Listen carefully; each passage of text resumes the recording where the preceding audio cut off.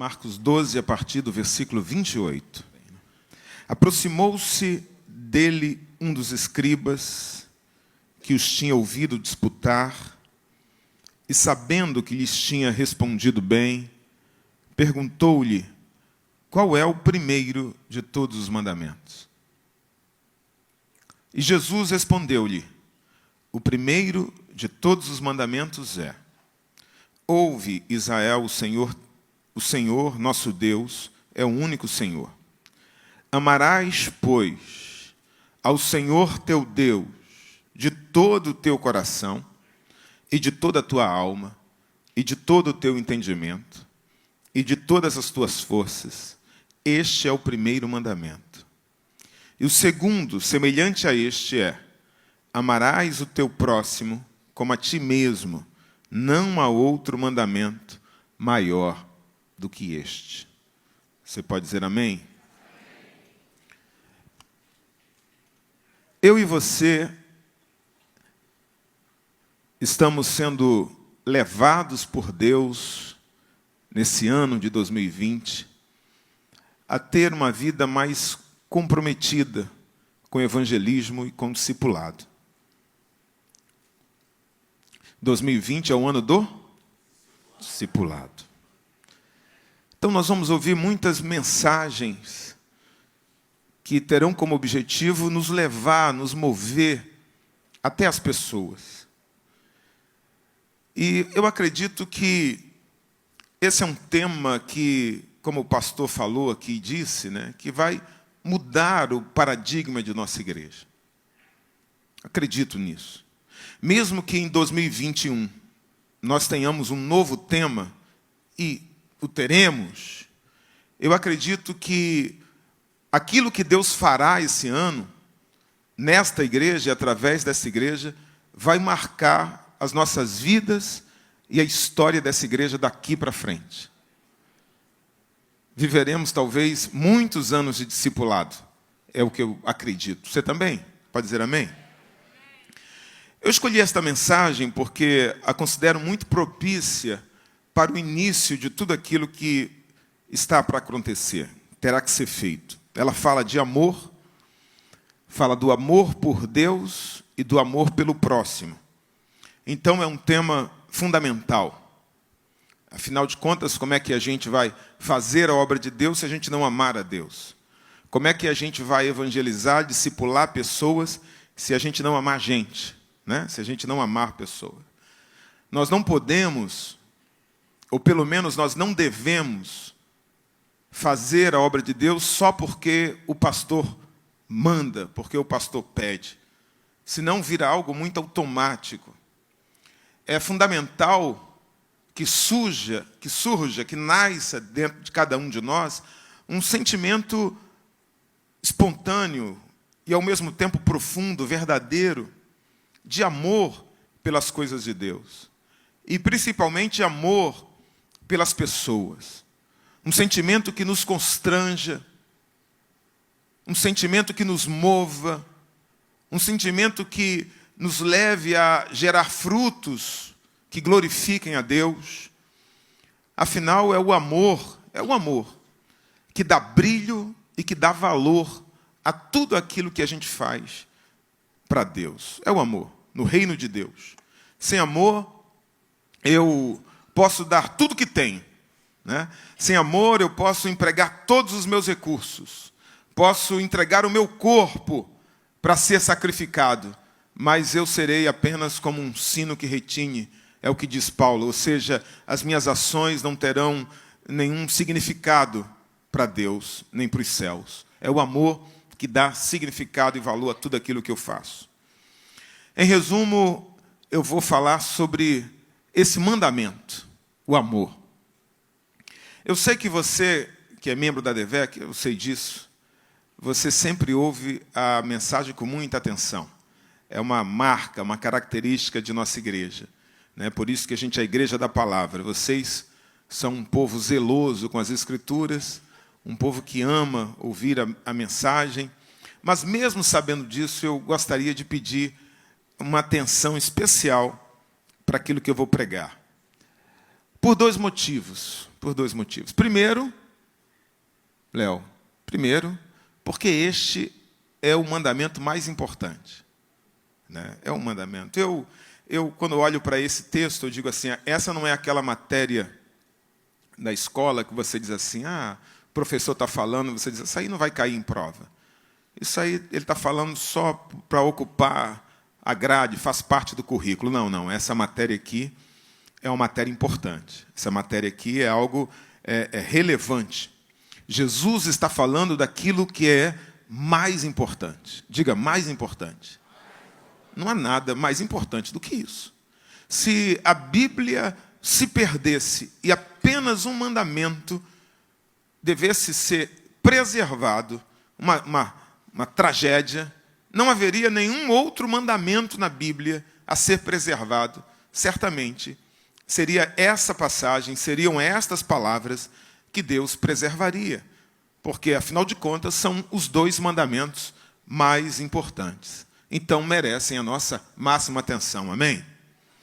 Segundo motivo do meu pedido é porque nós vamos construir um pensamento a partir dessa passagem. Nós vamos subir alguns degraus, vamos subir passo a passo no entendimento dessas palavras. Passo a passo. Nada muito complicado, não. Mas isso exige algum tipo de foco, isso exige algum tipo de concentração. Nós não vamos ter como fazer isso sem essa máxima atenção que eu estou pedindo. Tá bom? Então, vai conversando, né? Se alguém for ao banheiro o tempo todo, isso não vai acontecer. Pensa o seguinte, é como eu imagino. Por que alguém se mata para subir num lugar alto? Se mata para subir uma montanha? Gasta tempo, esforço, né? É porque é prazeroso? É prazeroso subir a um lugar alto. Não é prazeroso. Mas esses lugares levam muitas pessoas, se tornam até atrações turísticas. Por quê? Porque é prazeroso ver lá de cima. É prazeroso você, após um esforço, subir num lugar em que você tenha uma visão mais ampla, uma perspectiva nova depois desse esforço. Então, esta é a minha oração, este é o meu desejo, que você possa ter uma perspectiva nova, uma visão mais ampla, mais esclarecedora desta passagem, e que gere em você tanta alegria, tanto prazer, como gerou em mim. Jesus está aqui respondendo uma pergunta. Qual é o primeiro de todos os mandamentos? Esta foi a pergunta que lhe foi feita. Embora a pergunta tenha sido sobre o primeiro mandamento, Jesus responde citando dois mandamentos. Isso aqui é interessante. Primeiro, amar a Deus de todo o coração, de toda a alma, de todo o entendimento, com todas as forças. E o segundo mandamento, amar o próximo como a si mesmo. Mas por que Jesus cita dois mandamentos se a pergunta dizia respeito apenas ao primeiro mandamento? Ele justifica sua resposta com a frase que inicia o segundo mandamento, dizendo, este é semelhante ao primeiro. Ou seja, na concepção de Jesus, na teologia de Jesus, o segundo mandamento, que diz respeito a amar o próximo, é semelhante no sentido de ter a mesma importância, de ter o mesmo caráter, de ter a mesma natureza. Na concepção de Jesus, esses dois mandamentos estão inseparavelmente ligados. Há tanta semelhança entre eles que é impossível citar um sem ter que citar o outro. Por isso que, após citar o primeiro, do amor a Deus, ele imediatamente cita o segundo, e ligando os dois, dizendo que o segundo é semelhante ao primeiro. E de que maneira esses dois mandamentos se relacionam? Por que estão tão ligados entre si? É exatamente isso que nós vamos descobrir nessa noite. Vamos analisar os dois. Por uma questão didática, vamos começar pelo amor ao próximo, tá ok? Vamos começar pelo segundo. Como são dois mandamentos, o próximo, depois do amor ao próximo, lógico, será o amor a Deus. Mas, por ora, o próximo será o primeiro. Desculpa, eu não resisti ao trocadilho. Eu sei que era desnecessário, mas foi mais forte do que eu. Quem é o próximo e o que significa amar ao próximo? Jesus responde a estas duas perguntas ao contar a história do bom samaritano. Ele mata os 2 coelhos numa só cajadada. Ele conta a história de um viajante, um texto muito conhecido, está lá em Lucas, capítulo 10, a partir do 27, que é assaltado na sua jornada, e esses homens, esses assaltantes, agem com muita violência, deixam o semi-morto ali à margem da estrada, e passa por ali um sacerdote, alguém que ensinava a lei, que conhecia essa passagem que Jesus cita sobre o amor a Deus, sobre o amor ao próximo. Ele ensinava isso. Ele era um catedrático em lei mosaica. O que Jesus cita aqui é a lei. Então ele conhecia muito bem.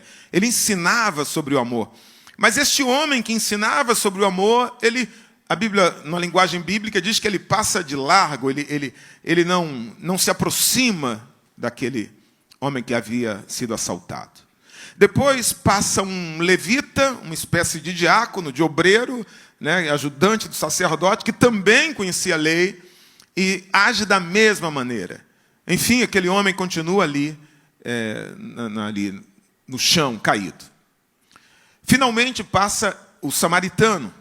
Veja que o samaritano não era alguém, no conceito judaico, alguém querido. O samaritano era tido como um povo inimigo.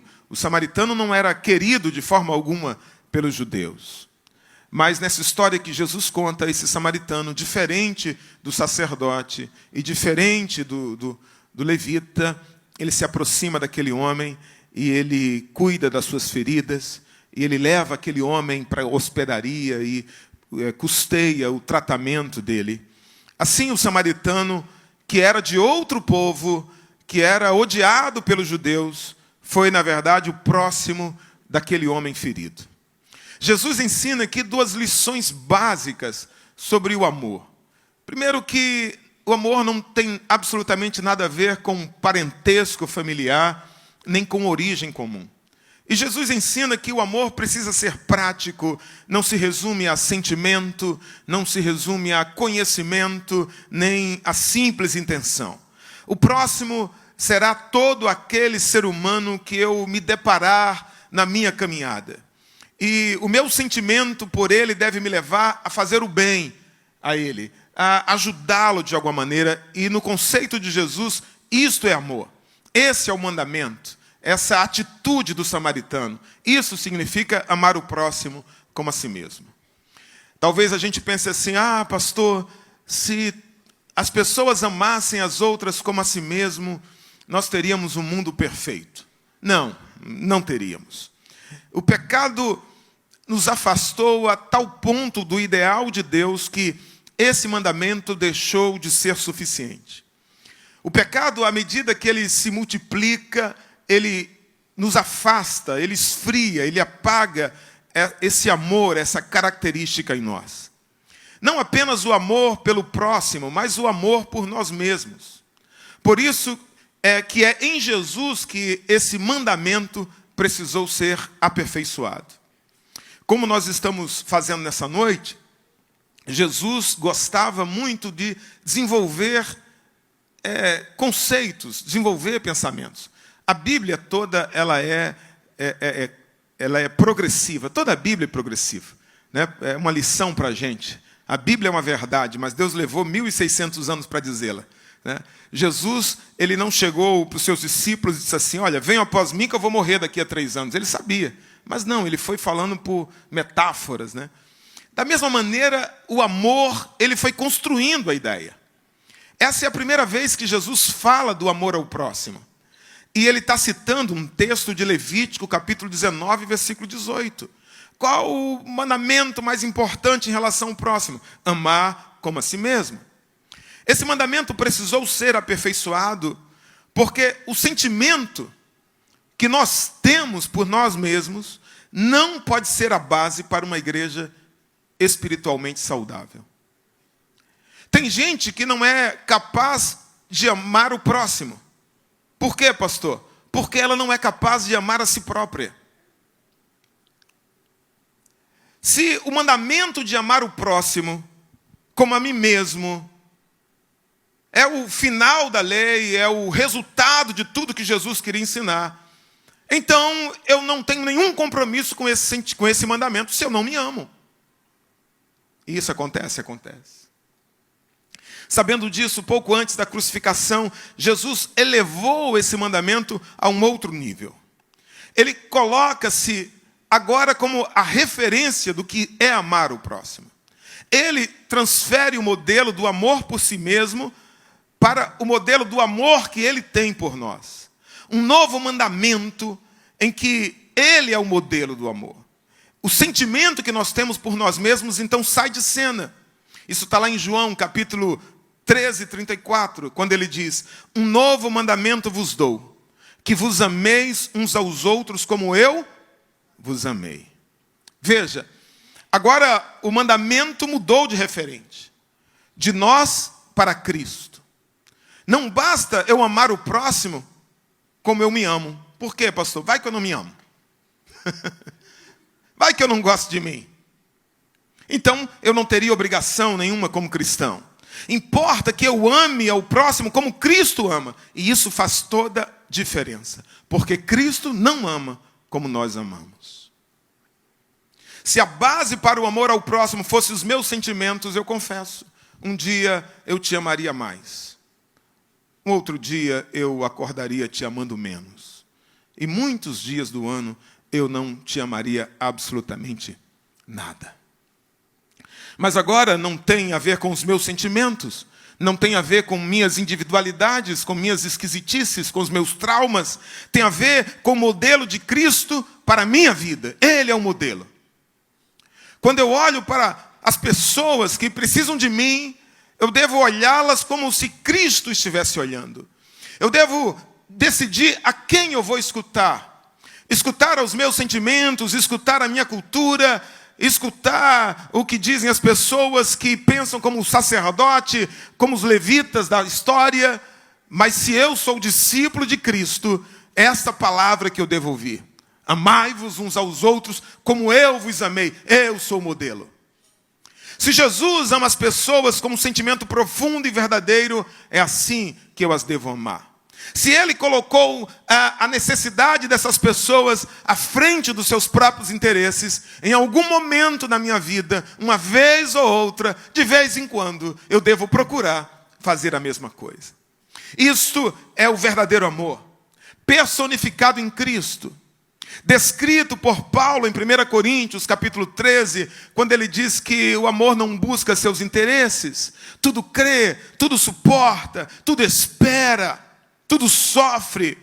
Pode estar certo, Deus espera que os nossos relacionamentos sejam marcados com essas características, de tudo crer, de tudo esperar. Mas quanto ao amor por Deus, o segundo mandamento. Vamos avançar aqui. O primeiro mandamento, não é isso? O amor por Deus. Aí precisamos novamente olhar para Cristo. E olhar para Ele nos fará ver que o amor por Deus também não tem a ver com sentimentos. Ou não se resume a sentimentos. O amor por Deus também não se resume a palavras bonitas. Antes, o amor por Deus tem a ver com obediência. O pastor pregou isso aqui na ceia domingo. Ensinou isso. Quando Jesus se encontrava no Getsêmani, essa passagem eu acho que ilustra bem isso. Tudo na vida de Jesus se resumiu a duas possibilidades. Ele estava no Getsêmani e não havia diante dele mais do que dois caminhos. A cruz ou não cruz. A obediência ou a desobediência. Morrer ou viver. É o que se chama de dilema. Um problema com duas soluções possíveis. Jesus estava no Getsêmani e, como ser humano, diante de um dilema, diante de um problema que não havia mais do que duas soluções, ele teve medo. Claro que teve, como qualquer um de nós teria.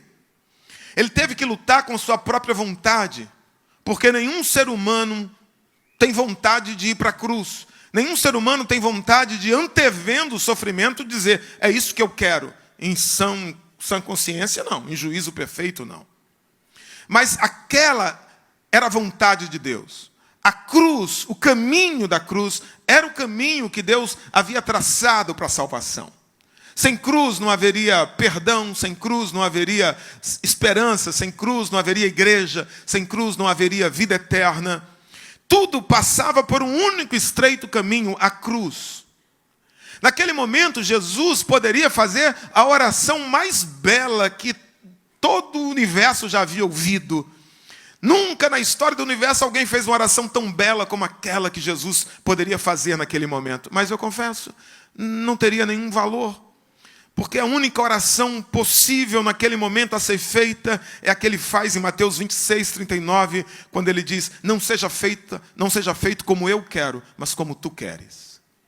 Esta é a verdadeira declaração de amor para Deus. É a submissão à sua vontade, é a obediência. Como sabemos, pastor, que alguém ama a Deus? Opção A, porque ora bonito. Opção B, porque canta com lágrimas de uma maneira muito afinada. Opção C, porque se derrama diante do altar em lágrimas. Opção D, nenhuma das respostas acima. Esta é a correta. Jesus responde isso em João capítulo 14, 21, quando ele diz, aquele que tem os meus mandamentos e os guarda, este é o que me ama. E guardar aqui significa obedecer.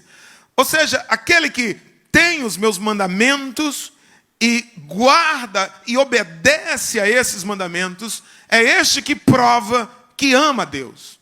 Por meio da obediência aos mandamentos, não existe outra maneira. Diferente do caso do amor ao próximo, que eu provo sendo bondoso para com o próximo, ajudando ao próximo, sendo verdadeiro com ele, me interessando pelo que importa a ele. Ou com outras atitudes, como não sendo injusto, não sendo invejoso, perdoando quando ele vacilar. Mas no caso do amor por Deus, nada disso se aplica. A única prova do amor por Deus é a obediência. Porque, veja bem, eu não posso perdoar Deus. Eu não posso ajudar Deus. Eu não posso estender a mão e dizer, Deus, eu vou te levantar. Eu vou ser verdadeiro com você. Se você tiver inveja de Deus, você tem um problema sério. Então não cabe, não tem lógica. Ou então nós vamos demonstrar nosso amor por Deus de uma maneira como faríamos a um próximo. Não, porque Deus não está na nossa esfera de existência. A única maneira de eu me relacionar com Ele é pela fé. A Bíblia é muito clara ao dizer que ninguém viu a Deus. Então, só a obediência aos mandamentos prova que o amamos. Por quê, pastor? Porque Deus não é nosso igual. Porque Deus não é nosso semelhante. Porque Ele não existe na nossa esfera de realidade. A sua grandeza foge ao nosso alcance. O conceito de eternidade, de algo que não tem princípio, está muito além daquilo que a gente é capaz de compreender ou entender. Eu não compreendo nem minha esposa, que eu sou casado com ela há 23 anos, quanto mais Deus. Ele é eterno, eu sou mortal, Ele é totalmente santo e eu tenho falhas à beça. Então, eu só posso me relacionar com Ele por meio da fé, de algo que precede a minha própria lógica. Por quê, pastor? Porque a Bíblia diz, ninguém pode tocá-lo, ninguém pode aconselhá-lo, ninguém pode ajudá-lo. Ele vive numa outra esfera, então você não tem como provar aquilo que você é capaz de provar pelo próximo, você não tem como provar em relação a ele. Logo, ninguém mesmo poderá dizer por meio das suas atitudes, veja como eu estou provando que amo a Deus apenas por meio do relacionamento espiritual. Palavras de louvor, palavras de adoração são indícios, mas não são prova. Ofertas, estar na igreja, atividades de cunho religioso são indícios, mas não são provas. Orar, ler a Bíblia, indícios, não são provas. Os fariseus, tão dedicados à religião, são a prova disso. Eles oravam, jejuavam muito mais do que qualquer um de nós aqui. Jesus foi morto ali porque Jesus era considerado muito liberal por eles. Hipoteticamente, Jesus viesse hoje, ele seria morto porque era considerado muito religioso e muito radical. Aquela sociedade era muito, muito religiosa. Você não tem ideia? Eles oravam demais, eles jejuavam muito, eles tinham muita preocupação de obedecer à lei. Eles davam dízimo da horta, aquela hortinha do cominho, do coentro ali, eles davam dízimo daquilo. Mas eles não amavam a Deus de verdade. Eram iguais eu estava pensando naqueles bolos decorativos. Eu não conhecia, eu pensava que toda festa que eu ia, aqueles bolos de andares, eu pensava que era de verdade aquilo. Eu falava, gente, aquilo deve ser caríssimo. Porque alguém depois me disse que era cenográfico. E eu olhava aquilo colorido, com andares, ficava o casalzinho em cima, aquele cheio de brilho, né? Tinha lacinho, e decorado e tudo, mas tudo de mentirinha. Né? Fica no lugar de destaque, com iluminação própria, sai bem na foto, mas onde tinha que ter massa, tem isopor. Ou seja, é de mentira. Então, se olhasse para ele, viriam todos os indícios lá de alguém que amava a Deus. Uma vida cheia de regras e obediência. Oravam, jejuavam, mas lá no fundo da alma, onde tinha que ter massa, tinha isopor. Era falso, não havia amor. Aqui precisamos desatar um nó. Está todo mundo acompanhando? Está bem? Quais são os 2 mandamentos principais? Amar a Deus, amar o próximo. Sim ou não? Os mandamentos que resumem toda a lei. Esses 2 mandamentos, eles querem dizer o seguinte: se você os obedecer, você está obedecendo toda a lei. Todos os outros mandamentos vão estar resumidos aqui. Quais são os 2? Amar a Deus e amar ao próximo. Vamos focar no amor a Deus, o primeiro mandamento. Tá ok? Como eu sei que alguém ama a Deus? Se essa pessoa guarda o mandamento. João 14, 21. Não é isso? Quais são os mandamentos? Amar a Deus e amar o próximo. Vamos deixar o próximo de lado. Tá bom? Amar a Deus é o mandamento mais importante. E sabemos que alguém ama a Deus se ele guarda o mandamento. E o mandamento é amar a Deus. E como eu sei que alguém ama, se guarda o mandamento, e qual o mandamento? Amar a Deus. Amar a Deus é o mandamento. E como é que eu sei que essa pessoa ama, que ela está cumprindo esse mandamento? Se ela guarda o mandamento. Eu vou parar, senão daqui a pouco alguém vai se levantar e vai gritar, cale-se, cale-se, você me deixa louco. Eu quero mostrar para você que nosso pensamento começa aqui a andar em círculo. Que o nosso pensamento ele não se desenvolve, ele não progride. Porque a prova do amor a Deus é guardar o mandamento, e o mandamento é amar a Deus.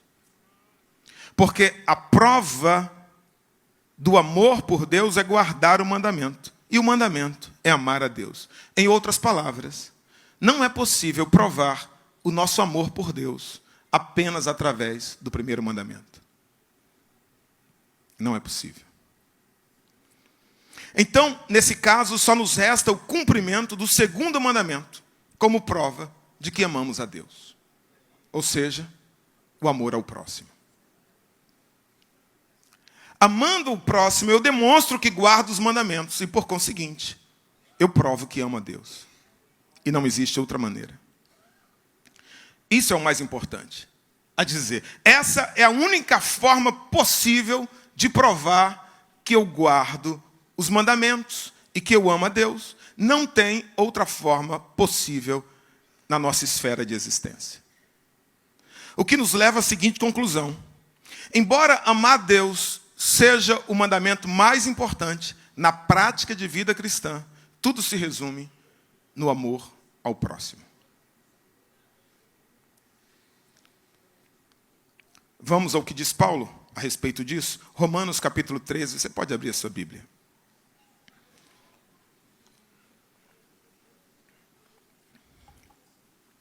Romanos 13, a partir do versículo 8.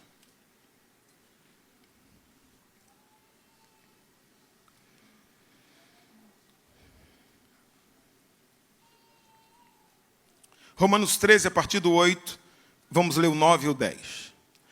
A ninguém devais coisa alguma, a não ser o amor, com que vos ameis uns aos outros, porque quem ama os outros cumpriu a lei. Como é feito, não adulterarás, não matarás, não furtarás, não darás falso testemunho, não cobiçarás, e se há algum outro mandamento, tudo, no original significa tudo, nesta palavra se resume: amarás o teu próximo como a ti mesmo. O amor não faz mal ao próximo, de sorte que o cumprimento da lei é o amor, entre parênteses aqui, ao próximo.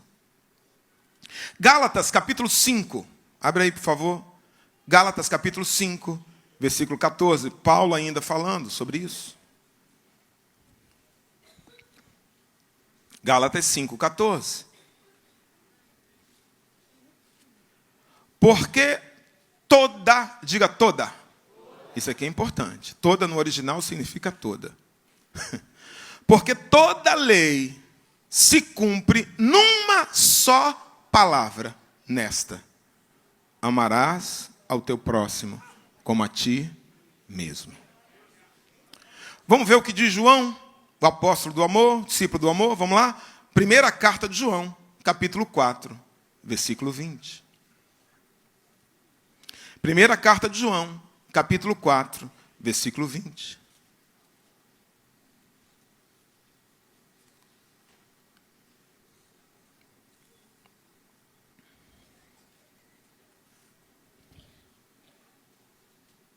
Olha o que ele diz, primeira carta de João 4, 20. Se alguém diz, eu amo a Deus, e odeia seu irmão, é mentiroso.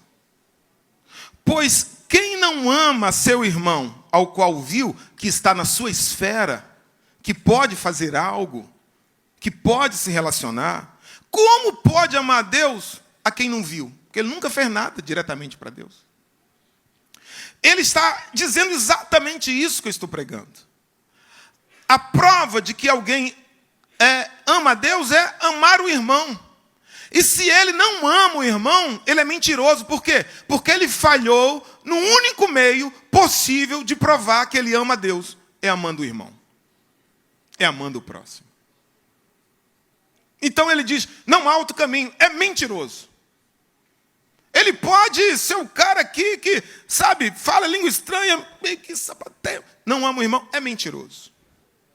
Porque não é o único meio possível de provar que alguém cumpre o mandamento e assim ama a Deus.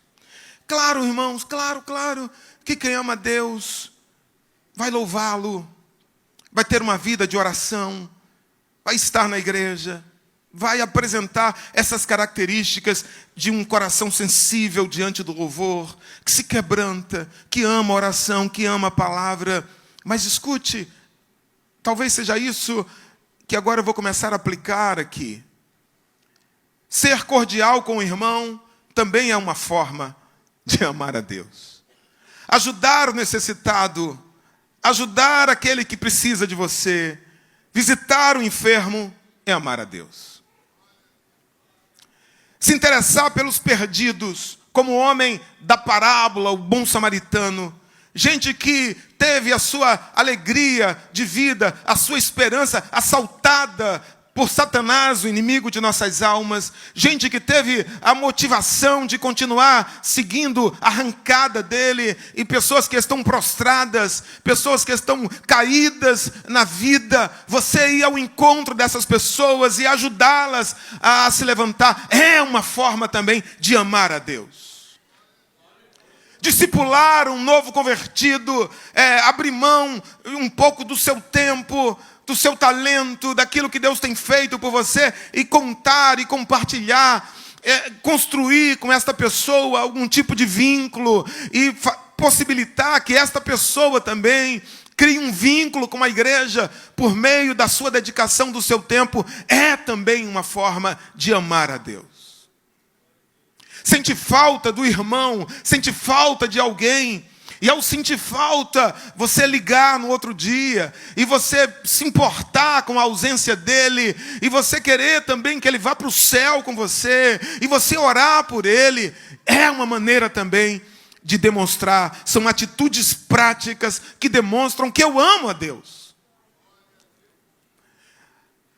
Devemos adorar em espírito, disse Jesus, mas não basta adorar em espírito, devemos adorar também em espírito e em verdade.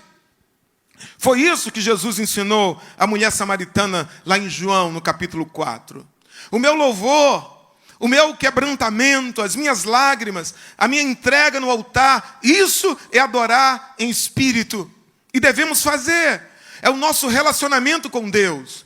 Mas isso é algo tão íntimo, isso é algo tão particular, que nós não temos como medir, irmão. Você pode ver alguém dando 1000 glórias, alguém falando muito língua estranha, e alguém está rolando só uma lágrima, e está sentindo mais a presença de Deus que o outro. Você não tem como mensurar isso, porque é algo íntimo, pessoal. E isso mas é adorar a Deus em espírito. É um louvor que não brota dos dentes para fora. É um louvor que não apenas ler o que está sendo projetado numa tela. Não, é um louvor de alguém que com um sentimento profundo ama a Deus, mas isso é pessoal, isso é íntimo. O meu trato com o irmão, o ajudar ao próximo, o servir as pessoas, isto é adorar em verdade. É a prova de que, de fato, eu estou conectado com Cristo. É a prova de que há em mim o mesmo sentimento que também houve em Cristo Jesus. É a prova de que eu não sou um bolo de isopor. É a prova de que eu não sou um ator interpretando um papel. É a prova de que eu não sou um religioso cujo amor se resume a 2 horas de culto. É o que eu faço em relação ao próximo. Eu lembro das palavras de Jesus em Mateus capítulo 25, quando ele diz assim: tive fome e destes-me de comer. Tive sede e destes-me de beber. Estava nu e vestiste-me. Adoeci e visitastes-me. Estive na prisão e foste-me ver. Aí o texto diz: então os justos lhe perguntarão: quando te vimos com fome e te demos de comer? Quando fizemos estas coisas por ti, Jesus? Ao que Jesus responderá: em verdade vos digo, que quando o fizeste a um destes meus pequeninos irmãos, a mim me fizeste. Todo o amor que você dedicou ao novo convertido, a mim você está dedicando. Todo o amor que você dedicou a uma pessoa, a mim você está dedicando. Sabe, querido, eu olho esse texto e penso que fere a Deus aquele que diz que o ama, mas vive atacando as pessoas que o cercam. Está presente todo domingo na igreja, mas em casa ser um marido agressivo com a esposa. Ter os joelhos calejados pela oração, mas não honrar o esposo é não honrar a Cristo. Ser um vaso na igreja, mas ser alguém que maltrata os filhos. Ser um provocador de ira aos filhos, que por conseguinte é um provocador de ira a Deus também. Que evangelho é esse que nos faz indiferentes aos apelos que saem do altar? Você tem que cuidar de alguém, você tem que discipular alguém, e a pessoa não se toca, e a pessoa não gosta desse tipo de mensagem, a não ser que seja aquela mensagem que diga respeito a ele e aos seus interesses. Que evangelho é esse que não se aproxima das pessoas? Que evangelho é esse que não olha para o lado? Que evangelho é esse que só é capaz de ver o próprio umbigo? Desculpe-me, mas isso não é evangelho. Evangelho em que eu e os meus interesses são o centro. Isso não é evangelho. É mentirosa a fé que diz crer num Deus que é espírito, mas que despreza o próximo de carne e osso que está diante de nós.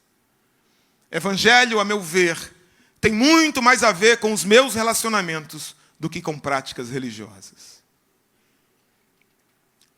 É o evangelho que me muda como pai, como marido, como cidadão, que diz assim: eu não quero ir para o céu sozinho, eu quero ir com minha família. Conclusão, estou concluindo. Eu glorifico a Deus porque eu estou numa igreja que ama vidas. Eu sou fruto do amor dessa igreja. Eu passei por 3 abandonos ou 4 na minha infância. E foi aos 15 anos, quando eu cheguei nessa igreja, e eu entendia com literalidade a questão de ser irmão e chamar a igreja de família, porque era assim que eu via. Pelo amor dela. Então eu sou fruto dela. Uma igreja que se interessa em compartilhar as bênçãos de Deus com outras pessoas. E eu sei que é isso que você quer. Uma igreja que ora, uma igreja que louva, mas que também evangeliza, que discipula, que influencia o meio social e que ama. Claro que, como irmãos, como família, como seres imperfeitos, às vezes ferimos, às vezes machucamos. Né? Tem um livro que eu escrevo lá, Jesus estava presente na casa de Marta e Maria, elas brigavam assim mesmo, porque a presença de Jesus não impede que irmãos briguem. Isso acontece, mas o amor prevalece. Nós andamos na luz. Satanás tem que ser envergonhado. Amém? Não, é o amor que compactua com o pecado, o amor que aceita a idolatria, essa luta agora que o pastor travou ultimamente nas redes sociais. Não é esse tipo de amor que abraça o idólatra e diz eu te amo, meu companheiro. Mas o amor que prega a verdade, o amor que... E é esse amor que eu creio que vai marcar essa igreja, vai ser a característica da nossa igreja Devec, um amor que vai deixar uma marca nessa geração e que vai deixar um legado para as gerações futuras.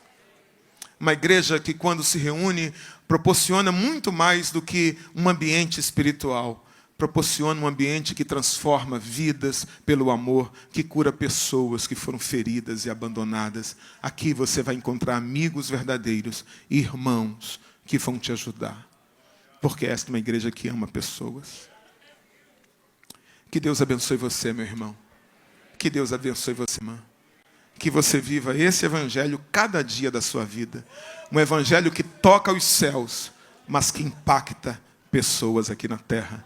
Que Deus te abençoe, que Deus abençoe a nossa vida.